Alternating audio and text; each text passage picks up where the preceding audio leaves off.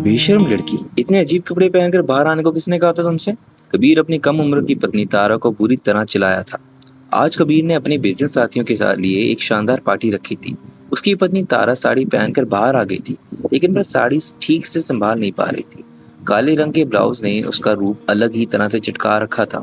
लेकिन तारा को इस हालत में देखकर कबीर गुस्से से पागल हो गया। उसने बहाने से तारा को कमरे में बुलाया और बहुत बेइज्जत किया। तारा और कबीर की शादी एक मजबूरी का हादसा था। कबीर रो बस अपनी माता पिता की याद में अपने पुराने गांव गया था, लेकिन वहां उसने देखा कि कुछ लोग मिलकर एक बेबस लड़की को जिंदा जलाने और मार डालने की कोशिश कर रहे थे। वह लड़की तारा थी। कबीर ने उसकी जान बचाने के लिए तुरंत उससे शादी कर, लेकिन उस बेचारी लड़की को बहुत बुरी तरह मारा पीटा गया था। चेहरे पर तो 2-3 चोटें के निशान भी थे, लेकिन पीठ और कमर पूरी नील काली पड़ी हुई थी। डॉक्टर सिमरन ने कबीर को सामने रिपोर्ट दिखाते हुए कहा, कबीर जी, अगर आप सही वक्त पर नहीं पहुंचते तो शायद आज ये लड़की जिंदा ही ना होती। कबीर ने एक लंबी सांस ली और बोला, डॉक्टर साहब, वे लोग तो इसे जान से मार देना चाहते थे। अगर मैं मौके पर ना पहुंचता तो नर्स हो जाता। समझ नहीं आता कि लोग इंसान होकर इतना निर्दयी कैसे बन जाते हैं। ऐसा अत्याचार तो जानवर भी नहीं करते। डॉक्टर पर्ची और दवाइयां लिखती हुई बोली, इंसानियत दुनिया से खत्म होती जा रही है कबीर जी। कबीर ने कुछ सोचते हुए पूछा, डॉक्टर साहब, ये लड़की कितने दिनों में पूरी तरह ठीक हो जाएगी? डॉक्टर सिमरन मुस्कुराई और बोली, अगर सही समय पर दवाइयां ली और अच्छा खाना खाया तो बस 1 हफ्ते में सही बिल्कुल ठीक हो जाएगी। अब आप इन्हें घर ले जा सकते हैं। बहुत बहुत शुक्रिया डॉक्टर साहब, मुझे अब निकलना चाहिए, कबीर ने कहा। फिर डॉक्टर ने नर्स से कहा, सिस्टर, मरीज को बाहर बुला लीजिए। थोड़ी देर बाद तारा कबीर के सामने खड़ी थी। दर्द के मारे उससे सही से चला भी नहीं जा रहा था। उसने एक बड़ी सी काली चद्दर से अपना पूरा शरीर को ढक रखा था। कबीर उसे सीधा अस्पताल से अपने घर ले जाया था, क्योंकि उसकी चोटें बहुत गहरी थी। चेहरे पर नीले निशान और होठों से बहुत खून बह चुका था। वह किसी रोबोट की तरह चुपचाप कबीर के पीछे पीछे चल रही थी। कबीर गाड़ी में बैठ चुका था, लेकिन तारा से गाड़ी का दरवाजा खुल ही नहीं रहा था। उसने आज से पहले कभी ऐसी महंगी गाड़ियों में सफर नहीं किया था। उसका सिर डर और शर्म से झुका हुआ था। कबीर ने अंदर से ही दरवाजा खोल दिया। तारा सहमी हुई सिर झुकाए बगल में बैठ गई। उसने अभी तक कबीर का चेहरा उठाकर देखा तक नहीं था। कबीर के चेहरे पर गहरी सोच और गंभीरता छाई हुई थी। न जाने उसने वह शादी का फैसला सही किया था या गलत, लेकिन अगर किसी मासूम की जान बचाने के लिए उसने इतना बड़ा कदम उठाया था तो उसकी नज़र में यह कोई गलती नहीं थी। वह कभी दोबारा शादी जैसा उलझन में नहीं पड़ना चाहता था। शायद एक बार का मिला धोखा ही इंसान को सबक सिखाने के लिए काफ़ी होता है। उसे शादी नाम से ही नफरत हो चुकी थी, लेकिन एक बार फिर परिस्थिति ने उसे वह करने के लिए मजबूर कर दिया था जिससे वह भागता आ रहा था। खामोशी से गाड़ी चलाते हुए वह घर पहुंचा। गाड़ी से उतरकर तारा सिर झुकाए कबीर के पीछे पीछे चलने लगी। कमला, कहाँ हो तुम? हॉल में आते हुए कबीर ने तेजी आवाज लगाई। कमला चाची तुरंत किचन से बाहर आ गई। मालिक, आप आ गए? अपने मालिक को देखकर कमला बहुत खुश हुई। कबीर ने सिर हिलाया और कहा, कमला, सामने वाला कमरा इस लड़की के लिए तैयार कर दो, यह वहीं रहेगी। कमला हैरान होकर सोचने लगी कि मालिक के पीछे यह मासूम लड़की कौन है। भले ही इसके चेहरे पर चोटों के निशान थे, कपड़े फटे पुराने और मिट्टी से सने हुए थे और पैरों की चप्पलों भी कई जगह से टूटी हुई थी, फिर भी लग रहा है जैसे कोयल की खान में कोई हीरा चमक रहा हो। उसकी आंखें हल्की हरी थी और रंग इतना गोरा कि कोई भी देखता रह जाएगा। तारा ने अपनी चादर से चेहरा छिपाने की कोशिश की। जी मालिक, वह कमरा एकदम साफ पड़ा है, मैं इन्हें वहां ले जाती हूँ, कमला ने कहा। ठीक है कमला, इनसे खाने पीने के बारे में पूछ लेना, मैं अपने कमरे में आराम करने जा रहा हूँ, कबीर ने कहा। मालिक, आपके लिए खाना लगा दूं? कमला के स्वर में माँ जैसा प्यार था। कबीर मुस्कुराया, हाँ कमला, लगा दो। आज तो आपने बहुत प्यार से खाना बनाया होगा, मेरे आने का पता जो चल गया था। कबीर भले ही बहुत दुखी था, लेकिन कमला सालों से इस बंगले में काम कर रही थी। वह सिर्फ नौकरानी नहीं बल्कि परिवार की सदस्य जैसी थी। कबीर मुस्कुराता हुआ अपने कमरे में चला गया। कमला भी खुश हो गई क्योंकि उसका मालिक बहुत कम मुस्कुराता है। फिर कमला तारा की तरफ मुड़ी। उसे लगा कि ये लड़की मालिक की जरूर कोई खास होगी। तभी तो उसे पुराने मालिक वाले कमरे में रहने को कहा है। आओ बेटा, मेरे साथ आओ। ये भगवान, तुम्हारे साथ इतना अत्याचार किसने किया? तारा की पीठ पर नीले काले पड़े निशानों को देखकर कमला का दिल दहल गया। जब चादर हटी तो उसका सुनहरा बाल गर्दन में चिपके हुए थे और शरीर पर चोटों के भयानक निशान देखकर कमला ने गाल पीट लिया। तारा दर्द से कांपती हुई बेड पर बैठ गई। वे मुझे वॉशरूम जाना था, तारा ने धीरे से कहा। कमला ने वॉशरूम का रास्ता दिखाया। हाँ बेटी, तुम आराम से जाओ, तब तक मैं तुम्हारे लिए साफ कपड़े निकाल देती हूँ। तुम्हारे कपड़े तो जगह जगह से फटे हुए हैं। कमला ने उसे एक बहुत ही सुंदर और साफ सूट निकाल कर दिया। तारा वॉशरूम चली गई और कमला बाहर कबीर के लिए खाना लगाने चली गई। थोड़ी देर में कबीर कपड़े बदलकर डाइनिंग टेबल पर बैठा। कमला के हाथ के खाने में बहुत स्वाद था और कबीर को इसकी आदत थी।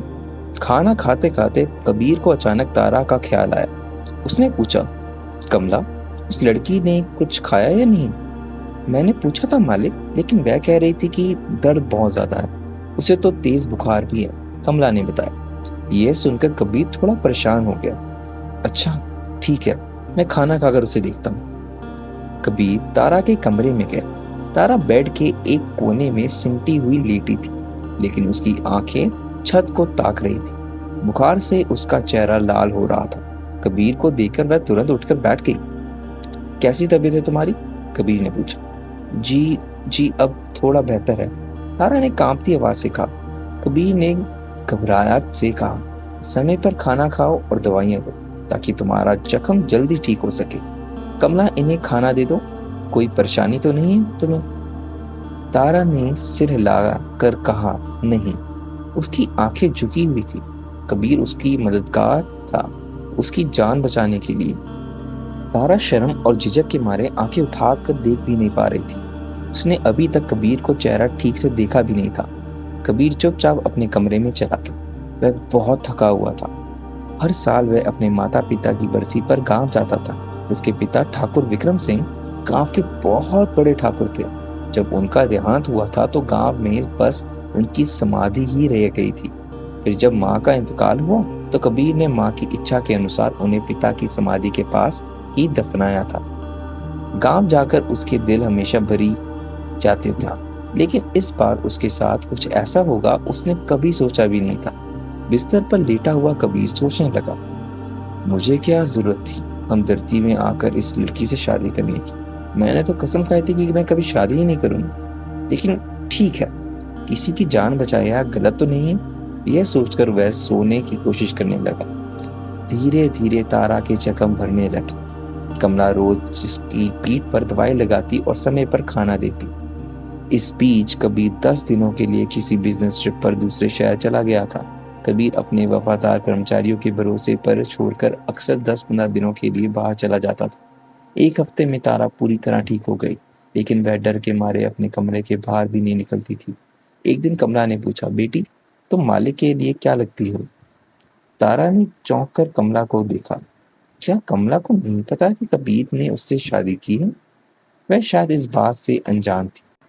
कमला बोली, असल में इस शहर में उनका कोई रिश्तेदार नहीं है। शायद वह तुम्हें गांव से लाए हैं। तुम्हारी हालत बहुत खराब थी, लेकिन अब तुम ठीक हो। चलो बाहर गार्डन में बैठो, तुम्हारा मन बदल जाएगा। तारा बाहर आ गई।